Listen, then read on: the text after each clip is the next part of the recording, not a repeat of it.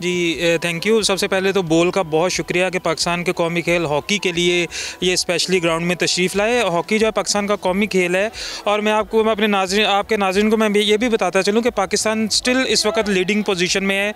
4 world cup और 3 Olympics Pakistan ने जीते हुए हैं और कोई भी मुल्क इस वक्त तक ये रिकॉर्ड नहीं तोड़ सका।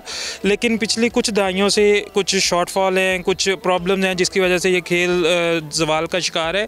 लेकिन दोबारा से मैं समझता हूँ कि आर्मी चीफ और हमारे आर्मी की जानिब से ये एक बहुत खुशाइंद कदम है, जिसमें सबसे पहले क्लब लेवल पर मुकाबले करवाए गए, उसके बाद ये डिवीज़नल लेवल पर जिसमें चारों ज़िला लॉ डिवीज़न के इस वक्त कम्पीट कर रहे हैं। इसके बाद हमारा जो नेशनल राउंड है वो शुरू होगा। सो इसमें मैं समझता हूँ कि बहुत अच्छी काविश है आर्मी चीफ़ की और उसके अलावा स्पोर्ट्स बोर्ड पंजाब की और तमाम आने वाली टीमों की। और ग्रास रूट लेवल पर ये एक बहुत सुनहरी कदम साबित होगा पाकिस्तान आर्मी का, स्पोर्ट्स का और हॉकी के लिए एक बहुत बड़ा अच्छा कदम होगा ये। असद भाई, आप कोचिंग भी कर रहे हैं, यंग बच्चों में कितना टैलेंट देख रहे हैं कि किस तरह का वो खेल पेश कर रहे हैं? क्या वो इंटरनेशनल लेवल पे हमें कम्पीट कर सकेंगे इंडिया को और हरीफ ममालिक को?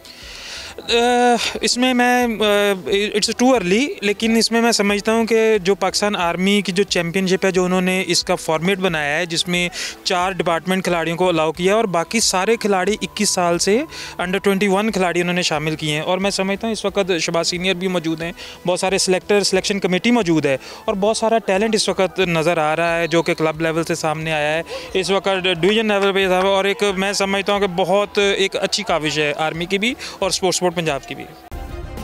सब्सक्राइब करें और बेल दबाएं ताकि कोई खबर रह न जाए।